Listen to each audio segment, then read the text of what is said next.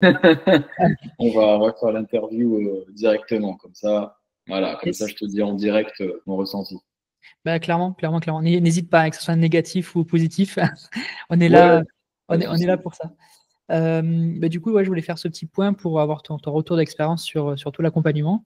Mhm. Du coup, tu étais ostéo, tu souhaitais développer un petit peu ton activité Oui. et l'objectif, c'est qu'on puisse t'accompagner sur plusieurs mois pour essayer de t'aider à mettre en place toutes les stratégies qui fonctionnent. Déjà, peut-être ce qui pourrait être intéressant, est-ce que tu pourrais parler du commencement, un petit peu ton contexte d'installation Oui. ouais. Oui, bah alors en fait, bah, de base, je voulais pas m'installer de suite. Je voulais d'abord vivre de remplacement un petit peu partout en France. Je voulais être un peu ostéopathe itinérant, tu vois. Et au final, bah, j'ai eu une opportunité à côté de Langon. Donc, j'ai déjà habité 5 ans à Langon durant mes études. Et en fait, il y avait un pôle autour du sport et de la santé qui se construisait. Et je me suis dit, bah, écoute, pourquoi pas tenter ma chance et essayer de voir s'il y a moyen d'ouvrir un cabinet là-bas. D'autant plus que bah, j'avais déjà commencé à faire ta formation précédente, je sais plus comment elle s'appelait. Petite formation en ligne. Oui, je sais plus comment Ouais. elle s'appelait, extension, voilà. J'avais déjà commencé à la faire et du coup en voyant ça, avec les bases des études de marché qu'il y avait déjà dessus, j'ai commencé à étudier et j'ai vu que c'était intéressant par rapport à la localisation, par rapport aux voies de passage, par rapport aux différentes zones de chalandise qu'il peut y avoir à proximité et aussi par rapport au ratio ostéo par habitant, notamment sur le fait que sur cette commune il n'y a aucun ostéo, etc. Et donc ça pouvait servir vraiment aux communes alentours, quoi. Et donc, j'ai tenté ma chance et au final, ça s'est fait. On s'est inscrit dans un projet où on s'est tous accordés. Un projet où vraiment on travaille en équipe pour faire du réseautage dans le coin, parmi des personnes qui viennent d'arriver ou parmi des personnes qui ont déjà un réseau bien installé selon leur propre champ de compétences. Et du coup, en m'installant, je me suis dit, vu que tu avais un peu update extension en faisant boost ton cadre, je me suis dit, autant rester sur ma lancée et faire en sorte d'aller vraiment jusqu'au bout sur le développement de mon activité et puis faire ça parce que c'est vrai que tout le monde me disait que un cabinet, ça prend 3 ans à se mettre en place et que ça met 3 ans pour amortir les charges, etc.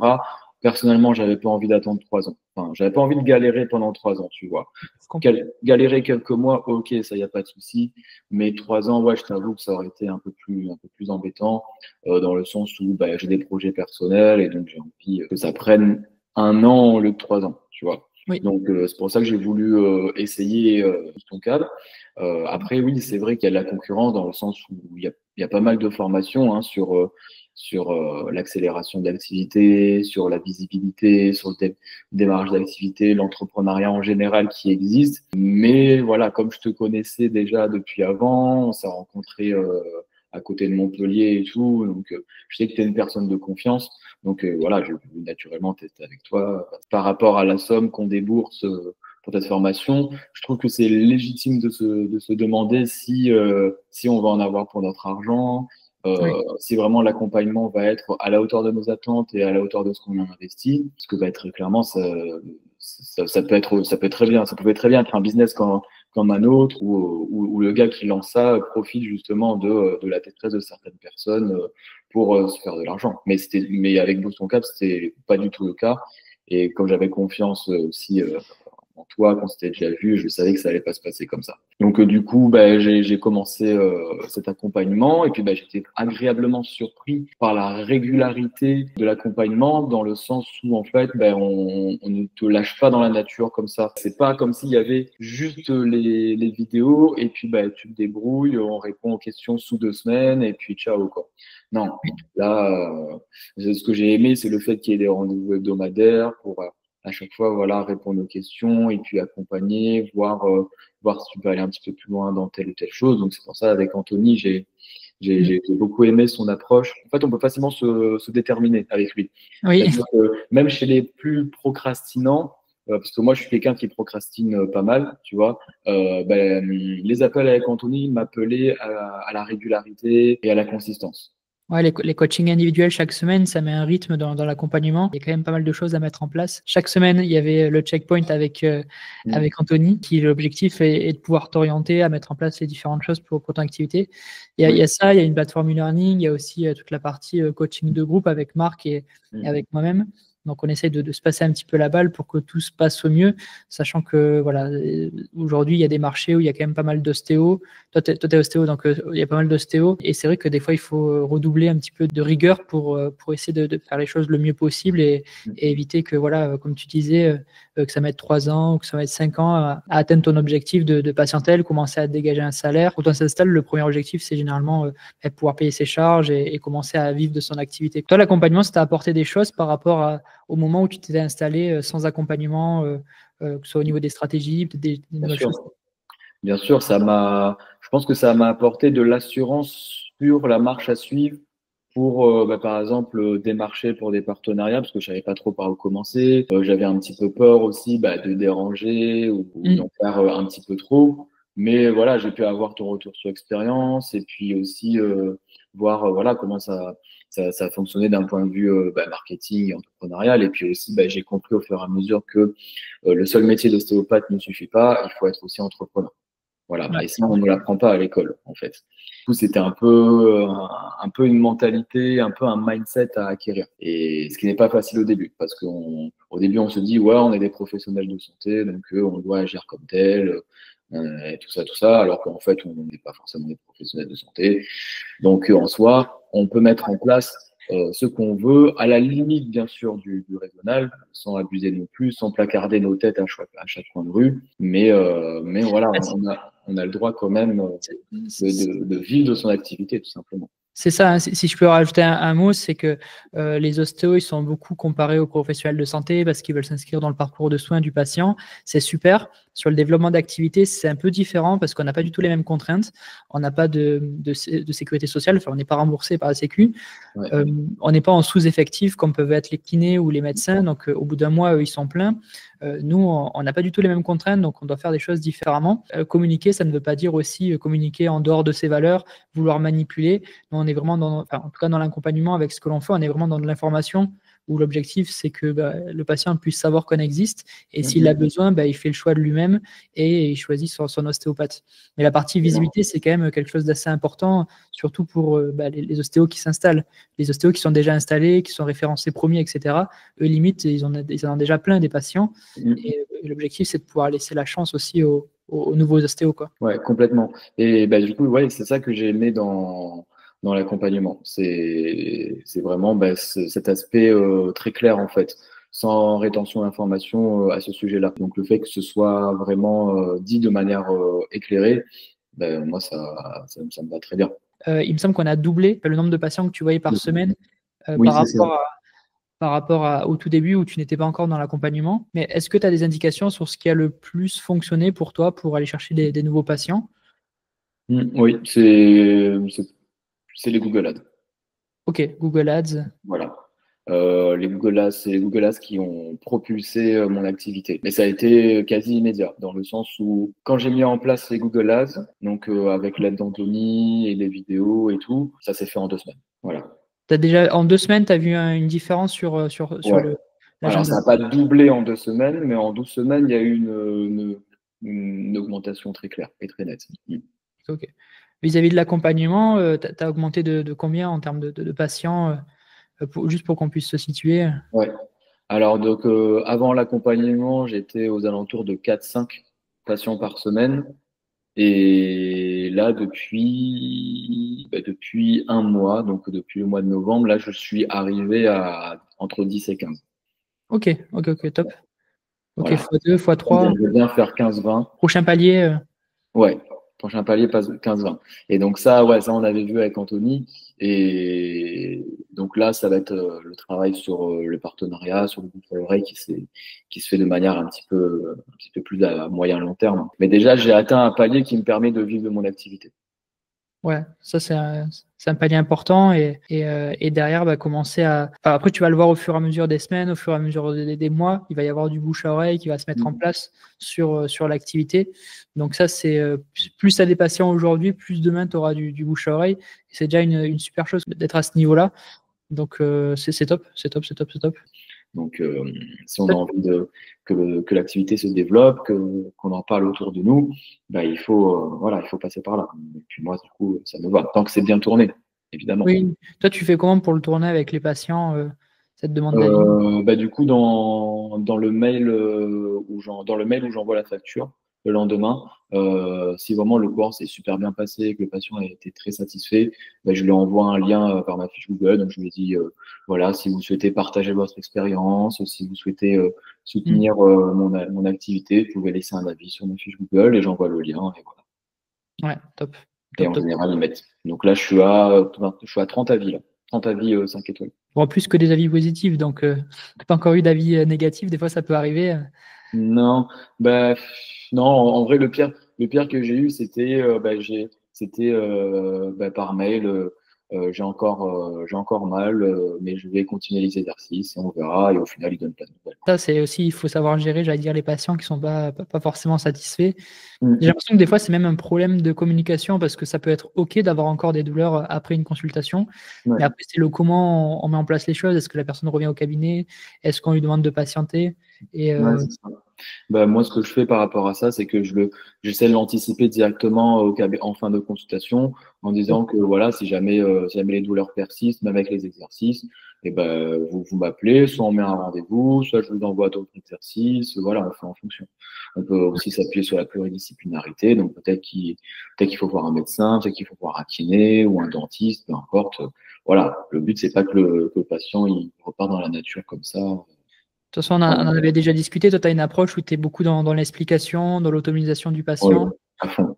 Donc, Ouais, j'utilise beaucoup. En fait, bah, en plus, comme j'ai fait la formation de Laurent Fabre sur la mm, douleur, je fonctionne beaucoup là-dessus maintenant, en utilisant à fond les effets contextuels autour de la douleur.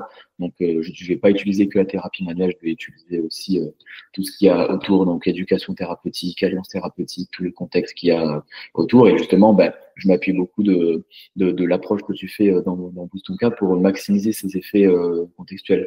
Et je pense que ça joue, tu vois, le fait de fidéliser sans fidéliser, comme tu dis, ben, mm, je trouve que ça rajoute un professionnalisme, de la crédibilité et de la confiance.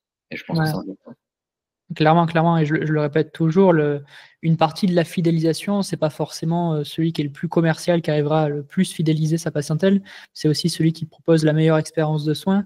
Et il faut essayer d'aller chercher un maximum, en plus des résultats de la satisfaction. Des fois, on confond les résultats et la satisfaction de la séance. Mhm. Et plus l'expérience de soins est agréable, mémorable et répond aussi aux attentes du patient, plus il pourrait être amené à avoir des résultats pendant la séance, mais aussi à revenir vers nous le jour où il en a besoin, il en aura besoin à nouveau, donc, et même parler de nous par la suite.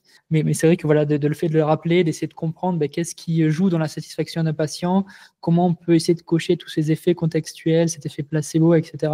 C'est assez pertinent, que ce soit pour les soins ou son activité, quoi. Complètement d'accord. Mais de toute façon, je crois qu'on a une approche un peu similaire du métier. Je pense on a déjà discuté, je crois qu'on a une Ouais. approche plutôt Bah, similaire. clairement, en plus, on a suivi des formations qui se ressemblent aussi, donc auprès des mêmes personnes, donc ça m'étonne pas. Et je trouve ça bien qu'on puisse remettre le passant au milieu, quoi. Moi, je suis pas pour critiquer les concurrents de Boost en Cab, mais le fait d'être très commercial et dans le marketing, ça peut fonctionner pour développer son activité. Mais si on peut faire ça et en plus être centré sur les intérêts du patient, c'est encore mieux et je trouve que c'est plus durable. Mhm. Parce que même des fois, voilà, on n'est pas obligé de mettre une seconde consultation, une troisième, etc. Et les patients le voient. Ils le voient que on n'essaie pas à tout prix de développer notre activité et qu'on est plutôt vraiment centré autour d'eux. Et Complètement. Et puis eux aussi, bah, quand ils voient qu'ils se sentent vraiment bah, écoutés, que l'alliance thérapeutique se passe super bien, qu'ils ont tout compris la consultation, qu'ils sont super satisfaits, bah, ils ont envie comment dire, d'apporter un petit retour. Tu vois ce que je veux dire? Genre le feedback est beaucoup plus facile. Pour eux, c'est normal en fait. Par exemple, de me recommander autour d'eux, de mettre un avis, bah, pour eux, en fait, c'est logique c'est d'autant plus logique de me soutenir dans mon activité parce qu'en fait, ils sont Ouais. satisfaits. Donc, ils ont envie que ça se passe bien pour moi, tu vois. Ouais, c'est gagnant-gagnant. C'est ça. Il y a une envie de service rendu, je pense. Dis-moi, pour une personne qui serait intéressée par rejoindre l'accompagnement ou même qui s'installerait ou qui souhaite développer un petit peu comme tu as fait le cabinet, est-ce que tu lui aurais des recos à faire, donc des personnes qui n'ont peut-être pas toutes les connaissances que toi tu as aujourd'hui, pour qu'ils puissent se focaliser sur les bonnes choses et essayer d'aller développer son cabinet? Renseigne-toi sur l'entrepreneuriat. Ok, ouais, investir sur soi-même finalement. Exactement. C'est vraiment ce qui m'a manqué. En sortant de l'école, l'école, ils nous disent ouais, t'inquiète, il y aura un suivi. Le suivi, c'est un questionnaire en 6 mois qui nous demande quel chiffre d'affaires on a fait. Ah oui, ouais. Et finito pipo. Bon. Ouais. Qu'est-ce que tu veux, comment tu veux exploiter ce genre de questionnaire? Ça ne nous aide pas, quoi. Ouais. Ah ouais, Mais non. Donc, non, vraiment. Si j'ai un conseil à quelqu'un qui a envie de s'installer, qui a envie de développer son activité rapidement, renseigne-toi sur l'entrepreneuriat. Voilà. Sur les méthodes entrepreneuriales, sur les méthodes marketing. Tu ne pourras pas faire que de l'ostéopathie si tu veux que ça marche. Surtout par rapport aux conditions actuelles des choses et à la démographie des ostéopathes qui est extrêmement tendue. Bah, c'est ça, et j'allais dire, il y en a beaucoup que je reçois en appel, et leur comportement, c'est je sors d'école, je me sens pas encore hyper légitime, et au lieu d'aller investir sur ce côté entrepreneurial pour aller chercher plus de patients, ils ont tendance à investir sur plus de formations ostéo-thérapeutiques, en fait, pour essayer d'aller compléter un petit peu leur savoir-faire, en pensant que c'est à cause d'eux que finalement le cabinet peut avancer. Ce qui est bien aussi, parce que je pense que le fait de faire des formations post-grad nous permet de nous rassurer aussi sur nos techniques et sur notre qualité de technicien. Donc, je pense que c'est bien parce qu'un thérapeute qui est en confiance, c'est un thérapeute qui fait des bonnes consultations. Mais après, de toute façon, dans les premières années de carrière, on n'a pas la même technicité qu'un vieil ostéopathe de 30 ans d'expérience. Oui. Donc, je pense que le fait d'avoir des qualités entrepreneuriales à côté, des qualités d'éducation thérapeutique, d'alliance thérapeutique, donc le fait d'agir sur tous les effets contextuels autour, ben, voilà, ça nous permet de nous en sortir quand même. Parce que après, au niveau technique, on a quand même les bases, sinon on ne serait pas passé par là, par l'école. Et bien sûr que c'est toujours perfectible, mais le fait d'acquérir ça à côté nous permet de gagner du temps sur la qualité de nos approches. Ok, trop bien. Trop bien, trop bien. Et qu'est-ce que tu dirais à quelqu'un qui hésiterait à rejoindre l'accompagnement par rapport à ton expérience? Enfin, je vous dirais, c'est toi qui vois en fait. C'est soit tu veux y aller à ton rythme et du coup tu acceptes que cela prenne quelques années pour se lancer et que à côté bah, tu fasses un autre boulot, que tu fasses des collabs, des remplats et tout, mais du coup il faudra y aller, c'est-à-dire il faudra faire l'effort de venir démarcher, voilà, que ce soit en termes de travail supplémentaire ou de collab. Ou alors, bah, tu investis dans ce type d'accompagnement pour que ça aille plus vite, pour t'aider à avoir les clés données directement. Et là, dans ce cas-là, tu mettras moins de temps. Ouais, top. En gros, tout dépend dans quoi tu veux investir. Je trouve que c'est assez réaliste comme vision des choses, où en fait tu peux faire ce que tu veux en fait. Tu peux commencer par des remplacements, tu as un peu moins de charges ou tu as un peu plus peut-être de liberté, et le jour où tu veux t'installer, il va falloir que tu investisses sur ta casquette d'entrepreneur pour pouvoir mettre en place les bonnes choses et pour éviter que ça mène des années à atteindre un rythme que tu espères pour pouvoir en vivre tout simplement et dégager un salaire. Mais au final, là au mois de novembre, je l'ai rentabilisé. Ouais. Et ça a tendance à évoluer mois après mois. Mais sinon, là, mois de novembre, j'ai fait un super mois. J'ai fait le meilleur mois depuis que j'ai commencé. Et à chaque fois, c'est graduel, quoi. Que ce soit août, octobre et novembre, c'était graduel. Et sur ces 3 mois-là, j'étais dans le vert. Pour moi, c'est bon. Pour moi, c'est rentabilisé. C'est parfait. Yes. Plus qu'à continuer sur ce rythme-là. Une fois que tu es sur les rails, c'est le bouche à oreille qui s'installe, etc. Donc, tu as les bonnes choses. Et après, nous, avec l'accompagnement, on est toujours flexible, on est toujours dispo s'il y a la moindre chose. On est plusieurs dans l'équipe Boost en Cap, donc on essaie de venir mettre chacun notre expertise là où il le faut. Entre la partie media buying avec Marc sur la partie publicitaire, Tyrone sur la partie site internet, il y a Anis aussi sur la partie site internet, Anthony qui accompagne en individuel, moi qui supervise et qui fait des visios de groupe aussi chaque semaine. Donc ouais, on essaie de venir chacun mettre notre pierre à l'édifice pour rendre ces sujets qui sont complexes, sur lesquels on n'a pas passé beaucoup de temps jusqu'à notre diplôme, un peu plus simple, un peu plus accessible en fait à tous les ostéos. Donc c'est un peu la base de notre travail. Et je suis content que du coup tu aies pu avoir une évolution sur ta patientèle et que ça continue comme ça de manière graduelle au fur et à mesure des mois. Donc. Complètement. Donc, déjà, je suis rassuré sur le fait que en plus, j'ai une collab à côté, donc Ouais. ça complète encore plus. Donc, ouais. disons que ça me donne une bonne bouffée d'air par rapport au début, quoi. Top. Ben, je pense qu'on devrait être pas mal. Ouais. Je te remercie pour ce temps que tu m'as accordé. Merci à toi. Et puis, à bientôt peut-être, hein. Yes, à très bientôt. Ciao, ciao. Allez, ciao.